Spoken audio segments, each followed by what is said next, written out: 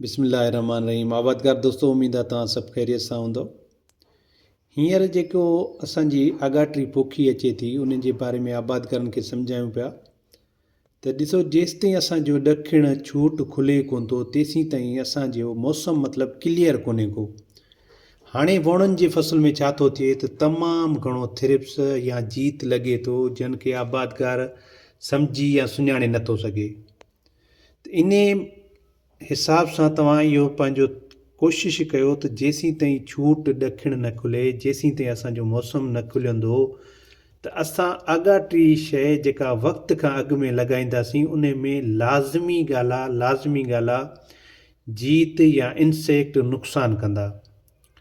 हाणे इहे मतिलबु इहा आहे मौसमियात जी तब्दीली। असां चऊं था असां पहिरियां लॻायूं त पहिरीं पिकिंग या मार्केट रेट असांखे सही मिले, पहिरीं पिकिंग सही खणूं ऐं असां जेको आहे गर्मी या टेम्परेचर खां बची वञूं। ॾिसो, जेकॾहिं मिसाल असांखे अर्ली जेकॾहिं का शइ लॻाइणी आहे त उन हिसाब सां उन मौसम जो हुजणु या पोइ असांखे उन फसल ते वरी ख़र्चु करणु, ठीकु आहे न।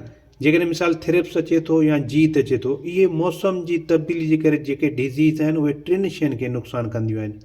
हिकिड़ो इंसानु, हिकिड़ो जानवर, हिकिड़ो ॿूटा, इहे टई शयूं असांजो साहु खणंदियूं आहिनि। इन्हनि शयुनि खे सम्झण जी, सोचण जी ज़रूरत आहे। तकड़ या जल्दबाज़ी न कंदासीं।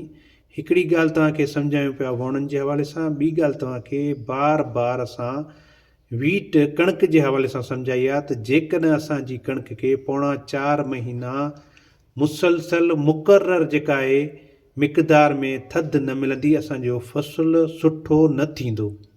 हींअर जेका आबादगारनि जी मतिलबु दांह अचे पई त असांजो फसल 50 खां घटि थो अचे या असांजो 50-52 छिके को एकड़ आयो आहे, इहो असांजी मौसमियात जी तब्दीली जो इफेक्ट आहे। असांजो जॾहिं दाणे खे प्रॉपर थधि न मिलंदी त दाणो असांजो पचण जे बजाए सुकड़जण लॻंदो, उन खे प्रॉपर न्यूट्रिएंट्स न पुॼंदा। गर्मी जो असरु उन ते थींदो, गर्मी जो असरु थींदो त हू पंहिंजे ॿिए फेज़ में, पचण वारे फेज़ में जल्दी वेंदो। तो इहे कुझु ॻाल्हियूं आहिनि सम्झण जे लाइ। का जल्दबाज़ी ज़रात सां न कयो। ज़रात खे मौसम जे हवाले सां हलंदो त कामयाबु थींदो, अदरवाइज़ असांजी ज़रात में वॾा चैलेंजिस आहिनि। ऐं जेतिरो तव्हांजे लाइ चैलेंजिस वधीक हूंदा ओतिरी तव्हांखे महिनत वधीक करणी पवंदी। उमेद आहे तव्हांखे वीडियो पसंदि आई हूंदी। वीडियो पसंदि अचे त लाइक एंड शेयर ज़रूरु कजो।